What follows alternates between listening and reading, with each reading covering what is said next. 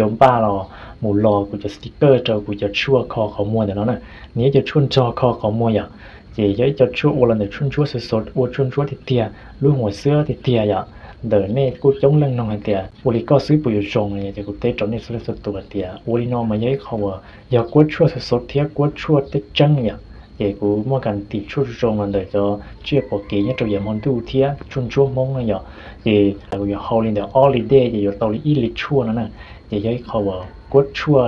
เตี้ยนะชั่วกันตีแล้วเจี๋ยเจ๊เนี่ยอยู่ตรงตัวจะต่อตลาดวันนี้อยู่เรามาเลยมั่วหัวซื้อเราหมดตีตัวได้น้ำเกลือที่เราหมดตัวเลยอยากชั่วเราซื้อนั่นเจ๊เนี่ยกูยอดแต่หัวซื้อเจาะเจ๊กูจะนั่งอยู่เท่าแก่ออลิเจ๊ช่วยอีลิเจ๊หัวซื้อสดๆที่ไหนเจ๊ส่งให้นี่จะมุชีเลยเจ๊อยู่ปอสิ่งที่ยงเทียบปอสิ่งที่ใช่อ่ะเจ๊เนี่ยอยู่คอเตาโดยจอนึงมั่วของมวยอ่ะซื้อลีอ่ะของมั่วปลุ้งของมั่วล้าของมั่วเก่าของมั่วเดิมมั่วโจเขาชูปลุ้งชัววัวทุกคนรู้ของมั่วออกของมั่วเลี้ยมั่วโจมั่วของมั่วเลี้ยเทียวัวป้อวัวจื้อมั่วของมั่วทาจงเจ๊ส่งให้ลีมั่วโจจะของมั่วซื้อจนชาเรียบลงเจ้าเนี่ยจะอู้เขาลืมจากคอมพิวเตอร์ว่านอนดิจิตอลคอมหน้าคอมจีแล้วดิจิตอลคอจีดิจิตอลคอนั่นจ้าอย่างเจ้าไอ้เตี้ยนี่จะใช้มาต่อยอุดรลิจัวเต้อุดรคอมมชีรูปเลยนั่นจะช่องที่สี่มอลันเดอร์วันนี้ว่าเขาลืมสิริยามุจอดเราโลมู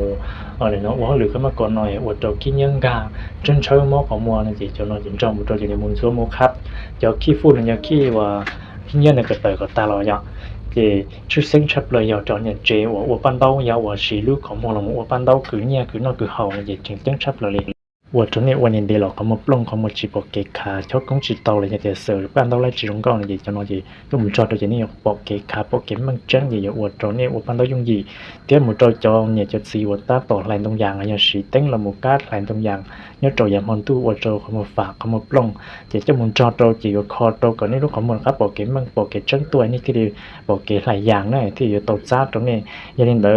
ใช้หม้อขโมยแล้วจีเรายังคอโตอยากจะหมุนจอดเราซื้อจะอยู่คอตรงนี้รถขโมยส่งขโมยแล้วก็เราปกติจะอยู่อวดตัวก็ว่าเขาหรือเทียบหมูแล้วจีเราย่องยีอ่ะแล้วก็หม้อขโมยอะไรอ่ะหม้อขโมยอะไรอยู่อวดตัวอยู่เหมือนจอดเขาหรือละอวดเตาอยู่เตาย่อยัยเขาว่าย่อเกินเขาอย่างเดียวไปตรงนี้สิอย่างนี้เดี๋ยวนี้หม้ออะไรชอบไม่ใช่เดี๋ยวหุ่นสตุ้งจะจอดหุ่นตัวสตุ้งจะจอดกันหน่อยอ่ะ